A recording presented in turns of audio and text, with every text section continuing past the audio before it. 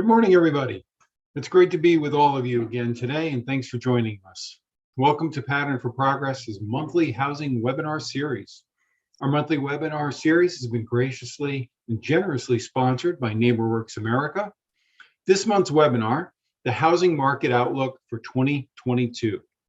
Today, we'll explore the real estate housing market over the last 18 months, where it is now, and will we entertain some crystal ball moments with an outlook for the real estate market for 2022. Before we get too far, I wanted to take a moment to remind everyone that our first Main Street Hudson Valley annual conference called Why Main Street Matters is being held next Wednesday, December 8th from 9 a.m. to 11 a.m. We're going to feature David Dixon from Stantec, a panel discussion with regional experts on Main Street improvements, and Patricia O'Reilly, the director of New York State Main Street Program. Please take a few moments to register for this free event on our website. Now, back to the housing market. Let me try to set the stage, set the table for this morning's conversation. Over the long weekend, I did a what we call a Google research and news search on the term housing market in 2022. Here are the top 5 responses. Mortgage Bankers Association says home prices to drop by late 2022. Zillow expects double-digit home prices growth in 2022.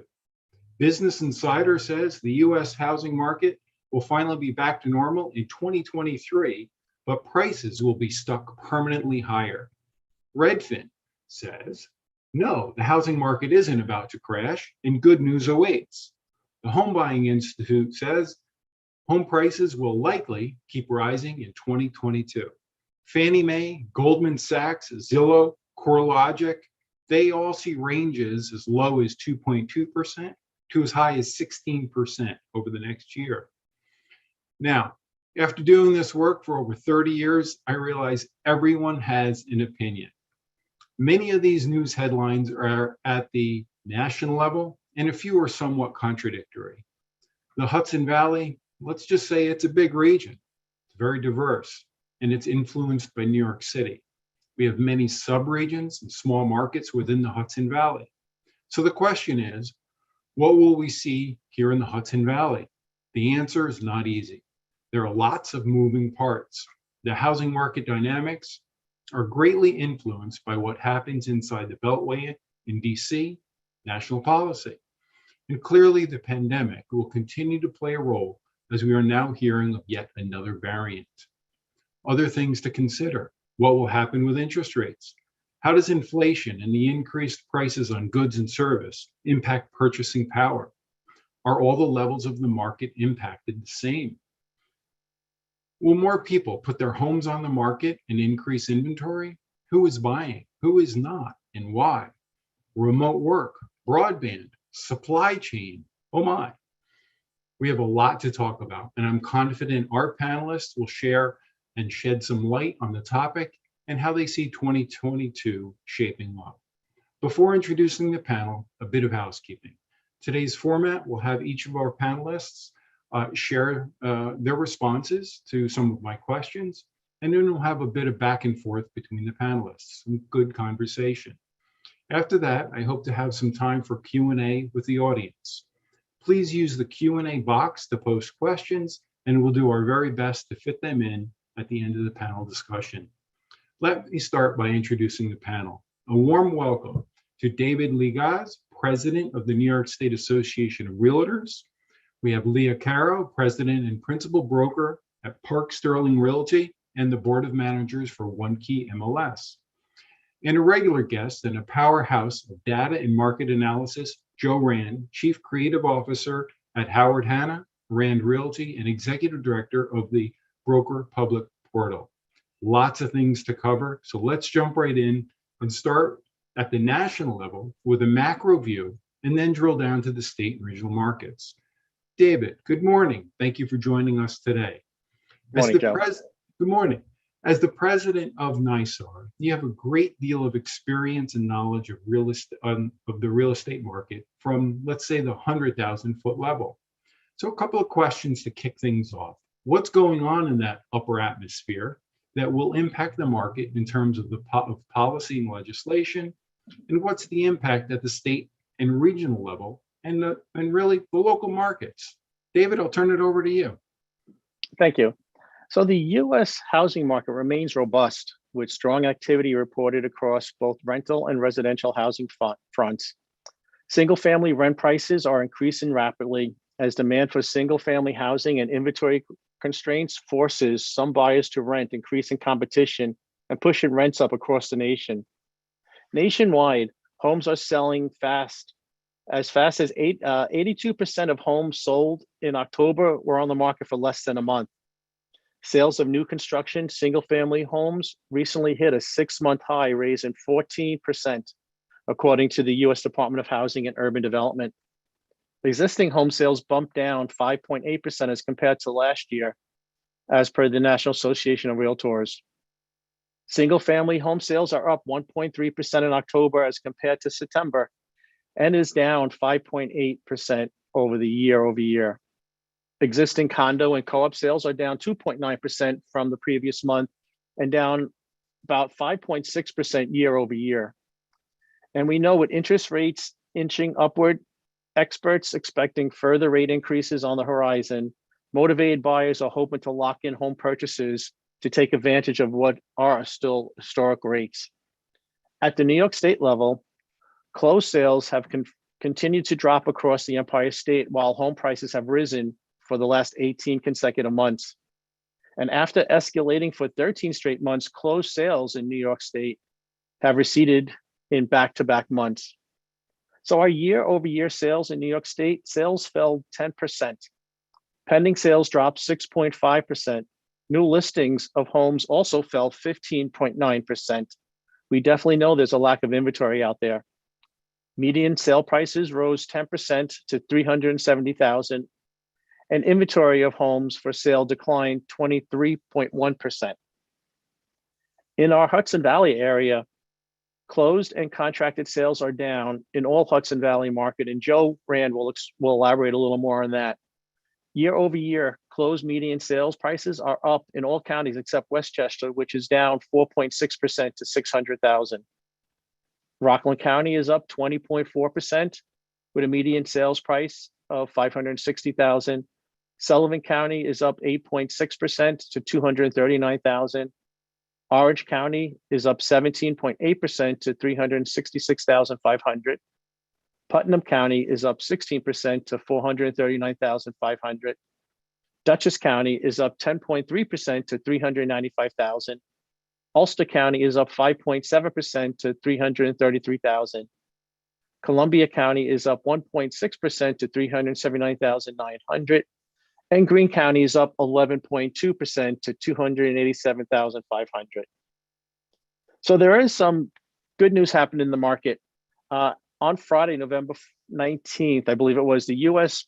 House of Representatives passed the president's $1.7 trillion Build Back Better plan. And your Realtor Association at the national, state, and local level were big advocates on this bill, preventing some negative proposals that wanted to come through. And those included limitations on the 1031 like-kind exchanges, capital gains tax increases, changes to step-up basis, taxes on unrealized capital gains, increases to estate taxes, and carried interest charges. And the bill also provides historic funding for affordable housing programs that the national associations are supporting.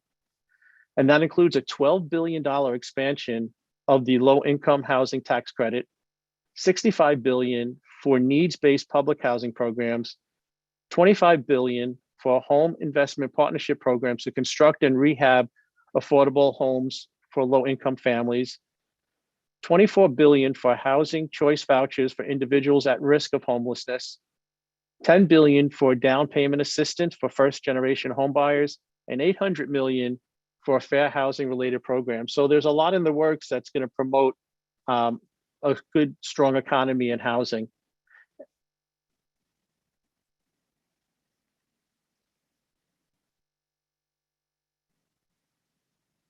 Thank you, David. You know, as you're going through the numbers, I can't I can't help myself but to think back some 15 years ago. Interest rates were about 6, 7% roughly. But the numbers that you ran through in terms of the sales prices, higher than they were way back then. And we're in a different market. We're in a different time because of the pandemic. Do you have any ideas in terms of interest rates fluctuating again? Do you think it's going to be a nominal change over the next year or so? What do you think, Dave? Mortgage rates are starting to inch higher right now. And according to Freddie Mac, the current average on a 30-year fixed mortgage rose to 3.1% this past week. But a year ago, this time, it was averaged at 2.72. And these are still historic lows. They're expecting a slight bump up. And it depends which forecaster you listen to. But I believe that homebuyers can expect a continued gradual rise in mortgage rates, punctuated by some occasional dips that may make it good opportunities to lock in a rate when you're purchasing. Sure. And it sounds like, at the national level, there's certainly a lot of dollars in housing that are on their way. Help is on the way, so to speak. And hopefully here in the Hudson Valley, these dollars will assist both renters and homeowners. So that's some good news coming out of the Beltway. Thanks, David. I'd like to move on to Leah at this point, and have her join the conversation. Good morning, Leah. Thanks for being with us. Good morning, Joe. Thanks for having me. Absolutely. And I'd like for you to maybe touch on a couple of things, and I'm going to rattle them off and let you take it and run. Okay. Perhaps you can touch on SALT, the impact of inflation on buying power. We've witnessed huge increases in energy costs, gasoline, food, basic necessities. How impactful are changes in the interest rates to the market? And what about affordability? A strong market is great for the seller, but what about the first-time buyer? Are locals getting actually priced out of this market as we're seeing a demographic shift? What are your thoughts, Leah? Well, you took all my sound bites. No, I'm kidding you. Well, first, I come bearing hopeful news. You might recall, everyone, back in the last presidential administration, the SALT deductions were capped at $10,000. Those, of course, being your state and local taxes, which was a real blow to the New York, New Jersey, Connecticut, California markets, where we suffer from the highest taxes in the country. And NAR and NYSAR have been working towards getting those, at the very least, amended, if not entirely repealed. Good news, hopeful news, I'll call it that, is that the House recently approved, I'm going to say last week, the Build Back Better bill, which would take the $10,000 cap to $80,000, which would really be a huge win for our state as well as the others. And that would be increased to 80,000 through 2030, and then would revert to 10,000 in 2031, and then it would be altogether phased out. Now, of course, the Senate still has to approve this, and they are likely to do what they do best, which is change it up and put their little stamp on it. And then it would, of course, have to go back to the House, and they would have to approve the Senate changes. So, we've all been watching Washington carefully, and things move slowly there. So I don't have any good time frame for when that might all occur, but it's a real huge step in the right direction. But I also appreciate that we're talking to folks who are in Ulster and Sullivan and Greene and Columbia counties, where when the cap was instituted, which was a terrible thing for all of us who pay more than $10,000 in state and local taxes, it also doubled the standardized deduction, which for other New Yorkers was actually a really big perk. So I'm happy to report that at least what I'm understanding is that the increase in the cap would not take away the doubling of the standardized deduction. Because my mom's a great example, lives on a farm in Otsego County. She, her taxes are nice and low. So she was able to benefit from that standardized deduction doubling. So I'm hopeful that that will stay as is and that the cap will in fact be raised. So to be, fingers crossed on that. As for, the supply chain and inflation issues, that's the kind of stuff that keeps me up all night when I think about real estate. I couldn't tell you what sticker price on my car was, but I can tell you what I pay every month for it, right? So it's all about the monthly nut. And as Joe we'll take a deeper dive on the interest rates. And yes, they're still historically low. And every time they tick up, people pay attention. Maybe it gets them off the fence and into the buyer pool. But every time you have to, pay for home heating or a pound of chopped meat or a gallon of milk, or put gas in the car or any of those things, it all goes to the bottom line of your monthly nut. And so that gives me pause. I'm not going to say concern. I'm generally not a pessimist. I've been accused of being Pollyanna optimist. So I don't want to sound too dismal, but I do think about that. And it goes to the affordability factor. It's an expensive state to live in, property taxes, of course. As Dave gave us the numbers for median sale price, they're going up, property taxes, median sale price, milk, eggs, all of it makes me wonder if folks might not take a step back and see where inflation goes in 2022, or maybe put their plans on hold. I hope not, but I think that that's something we might see.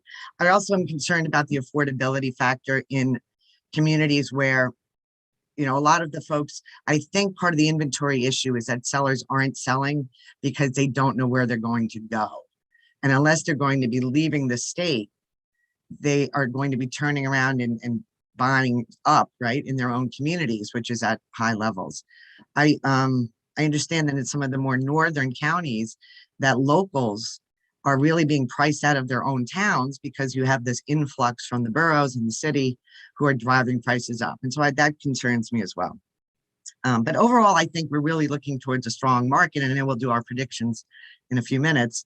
But these are the things that I keep a watchful, careful eye on. Thanks, Leah. One thing comes to mind in terms of the hinterlands of the Hudson Valley when you're talking about Columbia, Greene, Sullivan, parts of Ulster County. The biggest issue that I'm hearing anecdotally about is that of broadband. People were buying homes sight unseen. They move in and they have no broadband. They have little speed. So this whole option about working remotely from home, it's not as easy as it may sound. Any ideas true. about any future thoughts? Well, broadband is infrastructure. So when we're supporting the infrastructure bills, whether it be at the national level or the state level, it's the equality of broadband that we're talking about, not just the availability of it. So working from home, but schooling from home. And it's not just in rural areas, although for sure I appreciate that, but there are urban areas as well that have an inequality of broadband access. So I think that definitely is tied to housing.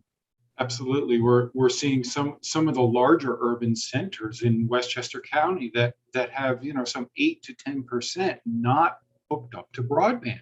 It's amazing. In an urban center, you would just automatically think, oh, they've got service. Well, it's expensive and it may not be there. Right. And so these disparities continue, right? So if the kids aren't getting the same opportunities for learning remotely, then all the other socioeconomic problems attached to that just keep rolling. Absolutely. Thanks so much, Leah. Got it. Joe, on to you. So, Joe, you've joined us for a number of these webinars, probably at least 5 or 6, and you've got this amazing ability to see these trends in markets. So what are you seeing in terms of sales, contracts, prices, inventory? Not all the levels of the market are the same. We've got starter homes, we've got trade up homes, trading up to larger homes, downsizing to smaller homes. What about the luxury home market, the second home market? Lots of questions, and I know you've got some numbers and charts to share, so I'm going to turn it over to you. Thank you so much, Joe. I appreciate it, and it's really a delight as always to be here and to share the Zoom panel with Dave and Leah, who I respect so much.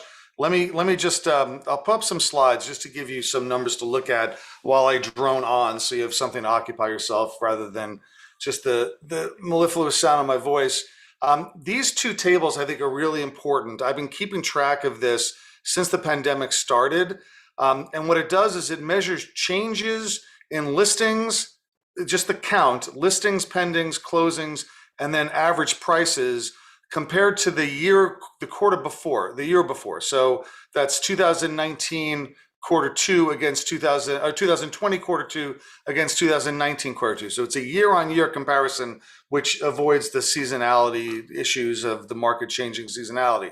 So you can see that in the first quarter of the pandemic, which was the quarter when we were in lockdown. That's what you were referring to before about showing houses sight unseen. Agents couldn't show houses in New York for basically most of March, April, May, into half of June. So that was really where the second quarter was. You can see how much the numbers were down compared to the prior year. And I will tell you, from looking at this every month during the pandemic, they were down much worse than this in April and May. It was the fact that the market opened up on like June 10th, and then the latter half of June, it spiked, and that kind of moderated the declines that we saw during the course of the pandemic. But what was interesting was that prices, even with the decline in activity because of the pandemic, prices still went up. We went into the pandemic with a relatively strong market, and then it just got stronger once the lockdown ended. As you can see with these outsized numbers in the third quarter and fourth quarter last year, that was the tidal wave, the tsunami that was referred to before, of activity that came up that was partly pent up demand from the second quarter, people that couldn't see houses during the pandemic. Part of it was, as you said before, Joe, people migrating from the city, Brooklyn. We got a lot of buyers from Brooklyn, a lot of buyers from Manhattan coming out to the area. And then that continued really by the first and second quarter. I think we'd gone through a lot of that pent up demand, but we still had numbers that in the first quarter compared to the first quarter of 2020, which was a relatively normal market, way, way up. And then now the second quarter, we're comparing against the baseline of the pandemic quarter. So that was way up. And now we're coming to like this third quarter where the numbers were down, but only down because you're marking them against a baseline of the tidal wave of activity from the third quarter last year. So sales, pendings, and listings were down. Closings were still up a little bit, and prices, again, have been up the whole time. But probably a better comparison, if you want to look at the third quarter, is not just to look at it compared to the third quarter of 2020, which was a very high baseline tidal wave era, but go against 2019 third quarter, which was a very normal but growing seller's market. And you can see, according to that market, listings are up, pendings are up almost 20%, closings up 33%. So this gives you an idea just that this is the lower Hudson Valley market. This is Westchester, Rockland, Orange, Putnam, Dutchess. But there's no reason to believe that Columbia, Sullivan, Ulster, that those counties behave any differently, because the counties are all acting pretty much in lockstep. As you can see from the next chart, this is what sales have looked like going back to 2002. You can see the line as it's really just leapt up over the last 2 years. This is Westchester here, and you can see it's leapt up pretty much in every quarter. It doesn't look quite as impressive, the leap, but that's only because the way the graph compresses some of these numbers down for Dutchess and Rockland, because it's got to accommodate Westchester's bigger size. Everything's basically going up in terms of sales. Same thing in prices. Prices all trending up. The markets all tend to move in concert in the local area. You don't generally see outliers within a county unless there's a really differentiator based on pricing in the market. That, you know, the lower end of the market's really strong, but right now we're seeing strength in pretty much all aspects of the market. This graph, what it does, this is a leading indicator of where we're going, because this is new deals put into contract, registered with the MLS. The blue line is 2019. You can see that's a normal seasonality in the market. Market gets hot in the spring and summer, comes down in the fall, and then kind of bottoms out in the winter. 2020 is the orange line, which you can see behaved relatively normally till March, April, May, and then it shot up in June. Remember I told you there was that June really did, by the halfway point of June, just started to shoot up. And then it stayed well ahead of 19 all through the rest of the year, and then well ahead of 19 as we entered into 2021 with the green line. The pendings are still way above where they were in 2019, but for the last 3 months, they've been below the tidal wave numbers of the pent-up demand from 2020. Now, here's the thing with listings, which is even more of a leading indicator. The numbers aren't quite so promising. We've not seen the listings come back The normal listing arc in 2019 for a normal market, the blue line, the blue line goes up, listings peak in the summer, spring, summer, they come down again in the winter. You had a bit of an interruption to that, obviously in 2020, listings cratered during the pandemic. Nobody wanted to show their house during the pandemic. And then they peaked above, but then now in 2021, the numbers for the listings, don't compare them to 2020 because it's such a weird baseline, but against 2019, we're kind of tracking around where 19 was, where some months were above it, some months were below it. But you got to remember, the pipeline is new listings coming in and then listing deals going into contract and selling. But sales are up, way up 20, 30%. Pendings are up 20, 30%. But the new listings are either down against 2019 or they're slightly up. We're not getting enough fuel for the fire. So that's pushing some of the pricing. It's also, I think, making it just a tough time to buy a house just on a personal basis, that you're constantly chasing listings as they come onto the market. It's a very unpleasant situation. You can see where inventory was at the end of the third quarter for single family homes in a lot of these markets, down to 2 to 3 months of inventory, which is ridiculously low. I mean, a stabilized market is like 6. You can see that in the prior rolling year, before this year, we had inventory at around 5 months everywhere. Here, now we're looking at 2 months. We really do need to get more listings on the market. That will, I think, happen as we see prices go up. People do tend to come from the sidelines. I think there's concerns now. Leah kind of talked about it, that do people want to put their home on the market? They don't know if they're going to be able to find something to buy and things like that. Leah had mentioned the interest rates. Just to put in perspective where we are historically with interest rates, you can see that this chart goes back all the way to 1968. They're lower now than they've been any time since 1968, except maybe for like within the last year and a half, when they might have dipped below 3% on an average basis during that time. And here's the one final point I'll make, which I think is an important point. With interest rates this low, even with prices going up, it does tend to maintain housing affordability from a monthly mortgage standpoint. So what this chart shows, what this graph shows, is the monthly payment required to buy the average priced home in each of these markets going back as long as we have data. So we have Westchester data going back to the early 80s. We have Orange going back to the 90s. The other data we have going back 20 years. And you can see, first of all, that the graphs all move in concert. And the reason is that the monthly payment is a reflection not just of the average price each year, but the average interest rate each year. So the interest rate is the same for all the counties. The average price doesn't move differently in all the counties, so they tend to move in concert. But the interesting thing about this chart is to show that the monthly payment required to buy an average priced home in our market, because of where interest rates are so low, even though prices have gone up, it's still about as low as it's been any time probably since the 70s or 80s in real dollars.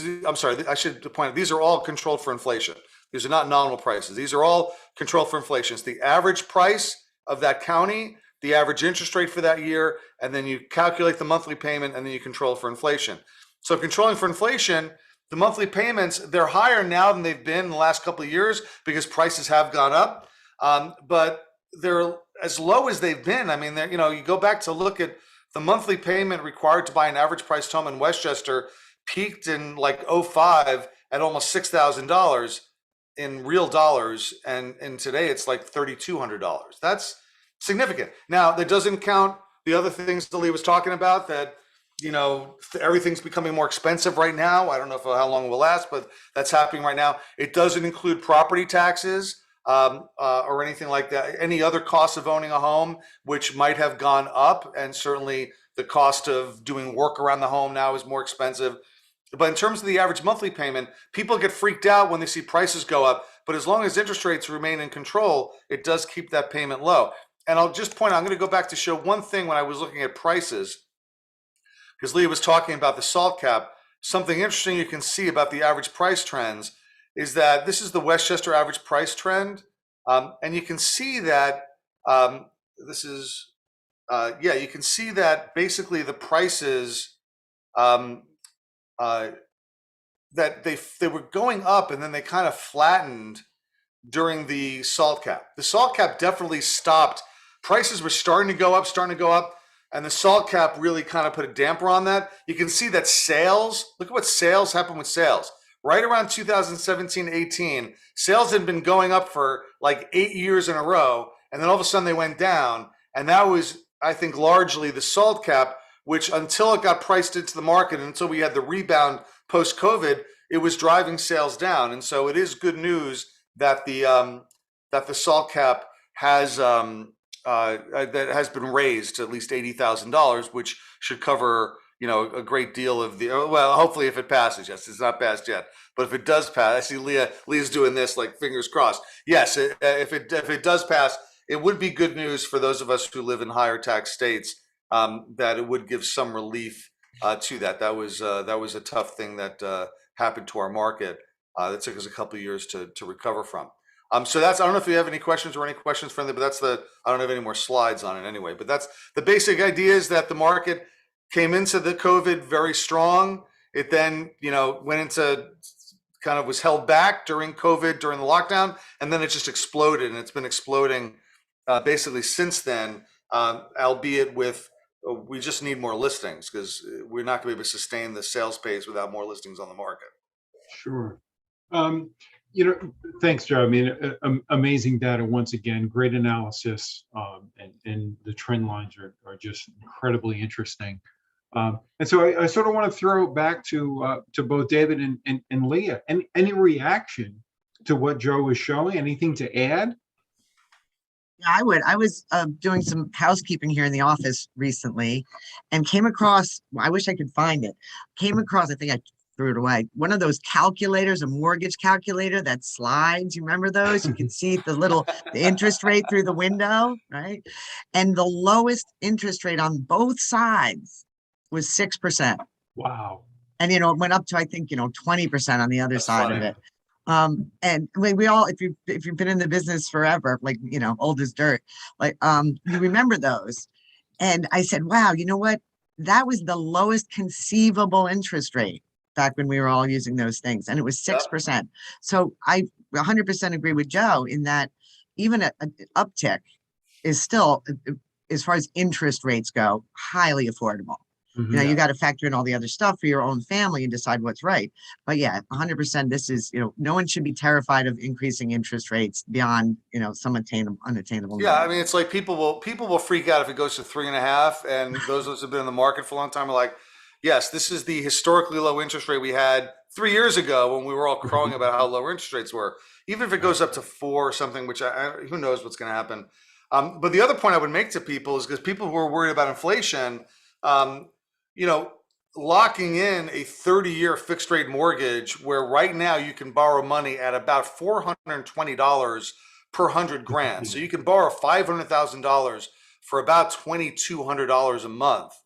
Locking in that payment for 30 years, as if inflation does pick up, is going to be a steal, because that you don't want to do an adjustable right now because you never know what's going to happen with rates. Locking in that interest rate, locking in that payment for a long period of time, as the value of money, as inflation picks up and eats away at that dollar, that in 10 years, that $2,000 monthly payment you're making that you borrowed $500,000 on is going to feel very manageable. Very manageable. Yeah, sure. David, did you want to jump in? Yeah, if I could add something. And I believe that the flexibility to work anywhere is a huge indicator of a lot of movement going on. I see it downstate where people are moving up to Westchester and what I consider the country, anything north of the Tappan Zee Bridge for me. But we're seeing a lot of people fleeing New York City. Either they're going down south, they had a retirement plan of 5 years and now they could work from home. They're accelerating that plan and buying those properties now. And I'm sure you're seeing the increase in sales up by you. Oh, absolutely. Anecdotally, I'm hearing that those other markets where people leave New York to go, North Carolina, for example, the prices there have skyrocketed. My brother lives in Asheville, a big destination, a hip town, right? People love to move there. And it's just, he's priced out of buying in his own town because of all the New York money pouring into the southern economies. And the big difference down there, Leah, as you can have a home that is, $500,000 or $600,000 down there, and I would say it would be considered a very large home. But your real estate taxes, instead of $12,000 a year, it is up here, it's $1,200. I mean, that's significant difference. And some of those folks are probably still being able to work from home there, even though they're based, completely out of New York City or other large urban centers. Very interesting dynamics going on. So we did have a question from one of the participants, and it gets to one of the questions I actually had on my list. Who's moving into the Hudson Valley? Is there still a push from New York City? Will it last? Can any of the panelists speak to the demographics of sellers, buyers, the age, whether they're single, they're married? What are the household income levels, the size of households? And it gets into some pretty heavy data. But any reaction to that? Well, I think the river still flows north.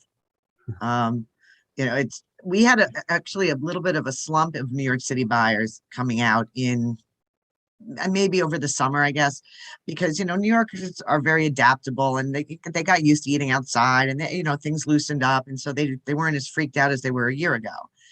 But now it's picked back up, and I don't know if that's because winter is coming, and the idea of having those 4 people in that 2-bedroom suddenly doesn't sound so great anymore.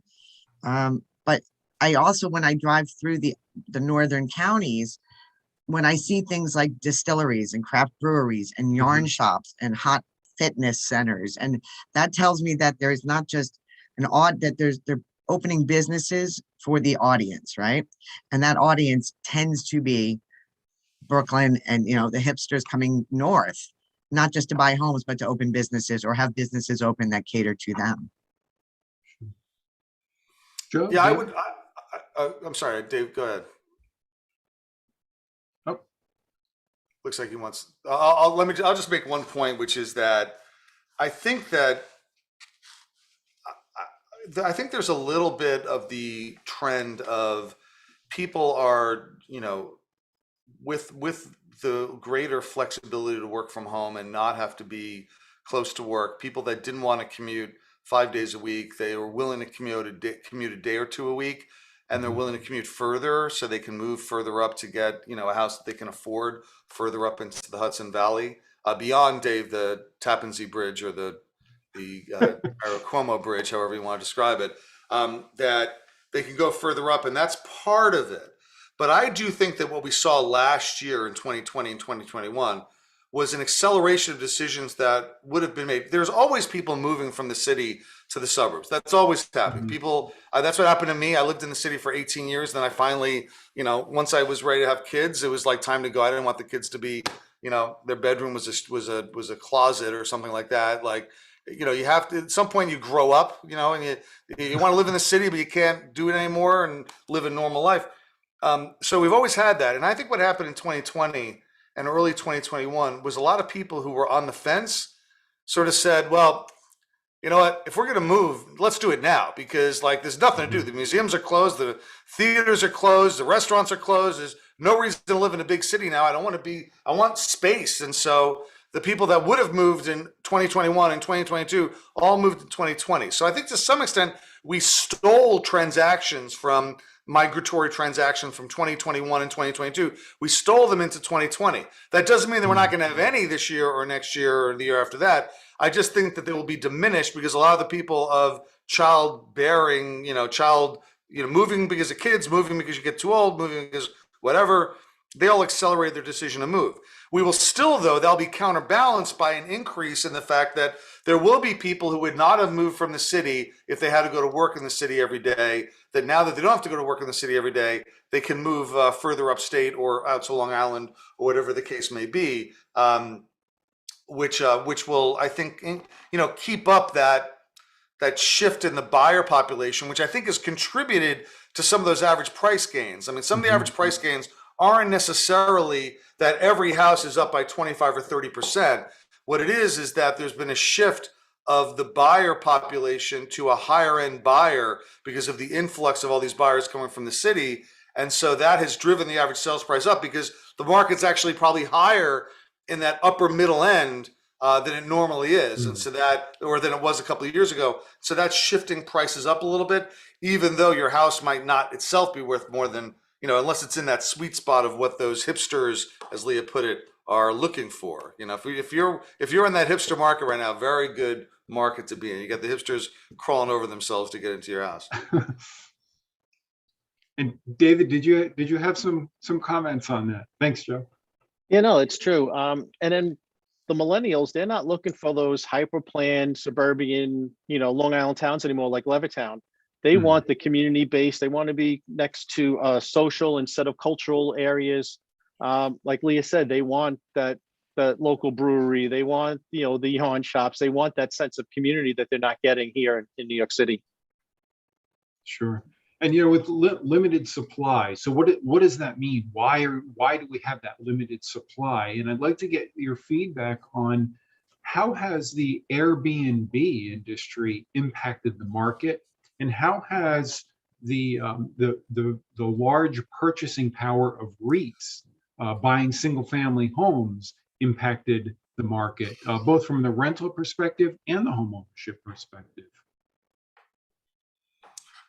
I think there's been some backlash in communities at the village level, town level, regarding both flippers and Airbnb.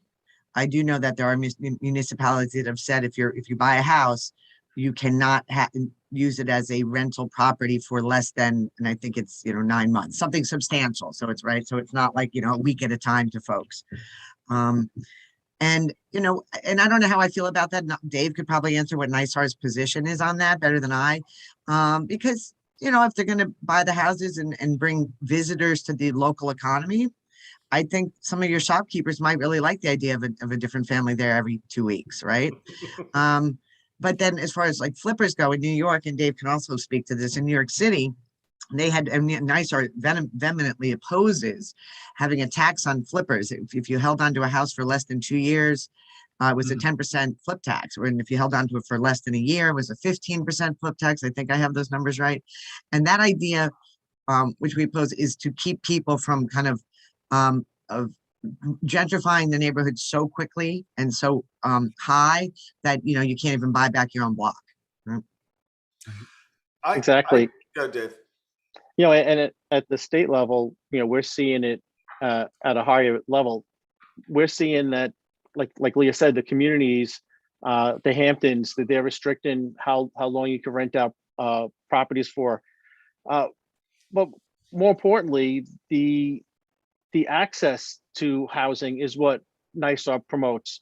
Any overreach by the government on taxes definitely hurts housing. So we're always there for the voice of the homeowner. I will say, to echo those points, I'm a trustee in the Village of Nyack, and we actually just recently got some complaints that prompted some legislation involving Airbnbs, and I can understand where people come from. I don't think we have a huge Airbnb or flipping problem. I mean, I think in the city they've got a much bigger problem with Airbnbs than we do. A lot of people, unless you have a very cute little in the village type place, which I can see in certain Columbia County, I could see in in some areas where there might be a market for short-term rentals. You don't get a lot of short-term rentals in a suburban market. You get more long-term rentals. People want a place to live. And in terms of the flipping, New York is not an attractive place for the SFR, single-family home rental market. It's just not an attractive place to be an institutional landlord. Especially with the, I think 2019 changes to the rental laws. I know a lot of people in that space, and they'll go buy big 300 unit portfolios, but they'll buy them in states down south where they're much more landlord friendly, and that is something that, listen, I get the about Tenant Protection Act, and I get the reasons for doing that, but there has to be a balance that. It's very tough, I think, when you demonize landlords, which I think some people do, that the landlords provide a function in providing housing for people that aren't ready or aren't capable yet of buying a house. And that's a market necessity that we have. And I think good tenant protections are an important thing, but it's also important to recognize that not every landlord is, a lot of landlords are, a guy who bought a two-family, he lives in one half of it, he rents out the other half, and you get a tenant in there who doesn't pay rent for 18 months, and that becomes a cataclysmic event for that landlord homeowner. So you don't see a huge amount of the SFR, I think, in this market. It's not as big as you'll see in other places, just because the climate's not great for it, which may be a positive thing, is institutional buying of single family homes for rental. I think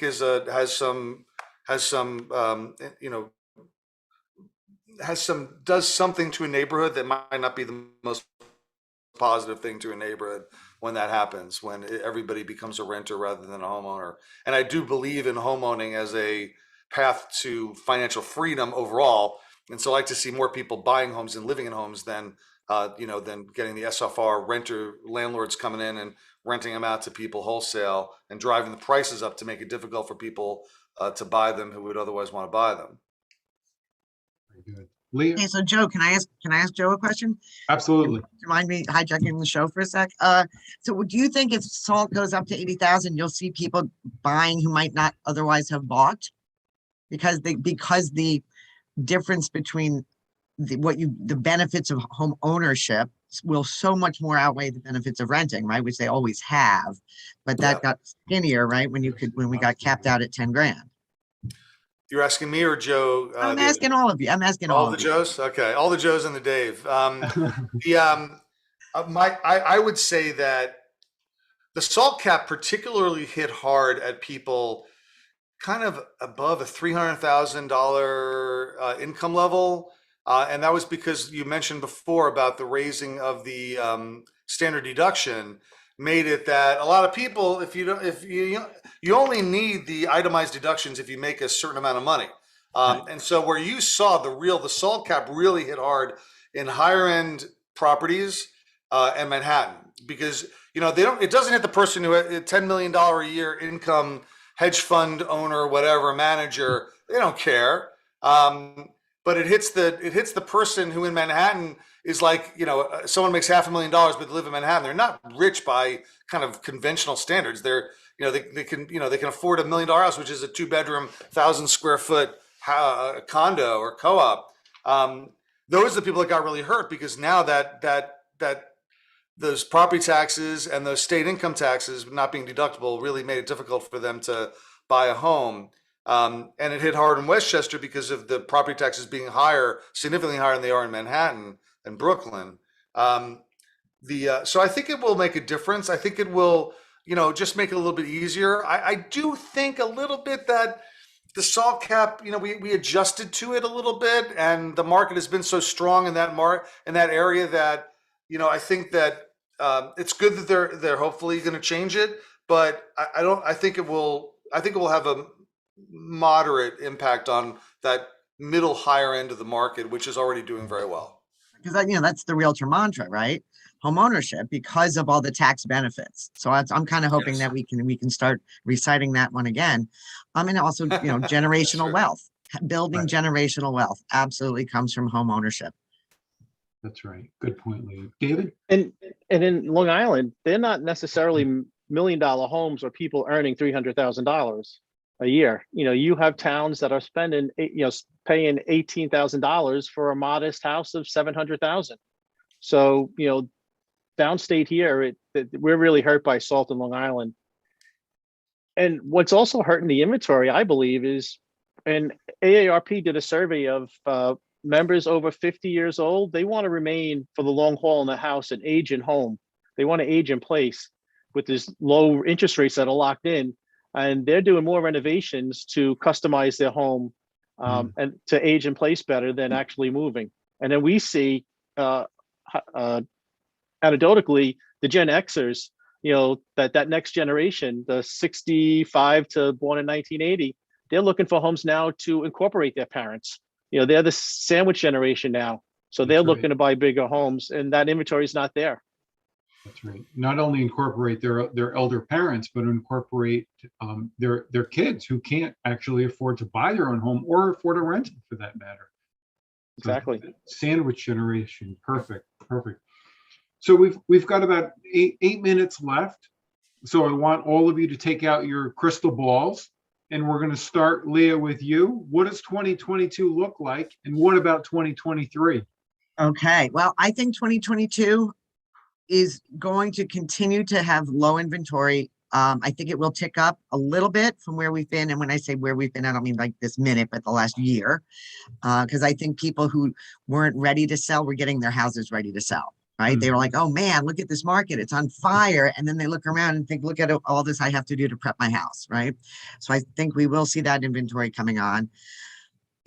I think buyers will continue to come out of the city. I'm going to see that slow down a bit. I like Joe's idea of we stole them last year. I'm not the pessimist. I'm going to say it again. I'm not as a pessimist. Supply chain and inflation and stuff, I'm hoping it's short term, because I think if that's long term, that will have some downward pressure on all of it. Yeah, especially with energy prices, I would imagine. Yeah. You Put know, an extra sweater on.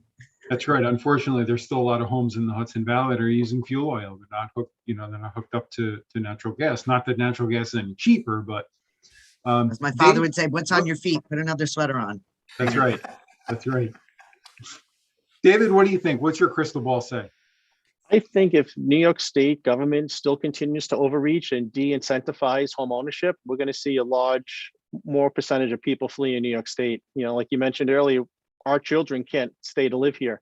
My son was renting in Manhattan, and when he didn't have to report to work anymore, which was 9 blocks away, he moved to Long Beach. And now he's in Jersey, which is more affordable. So anecdotally, we're seeing that. And I think that's going to continue if housing is de-incentivized by the government. Very good. And Joe?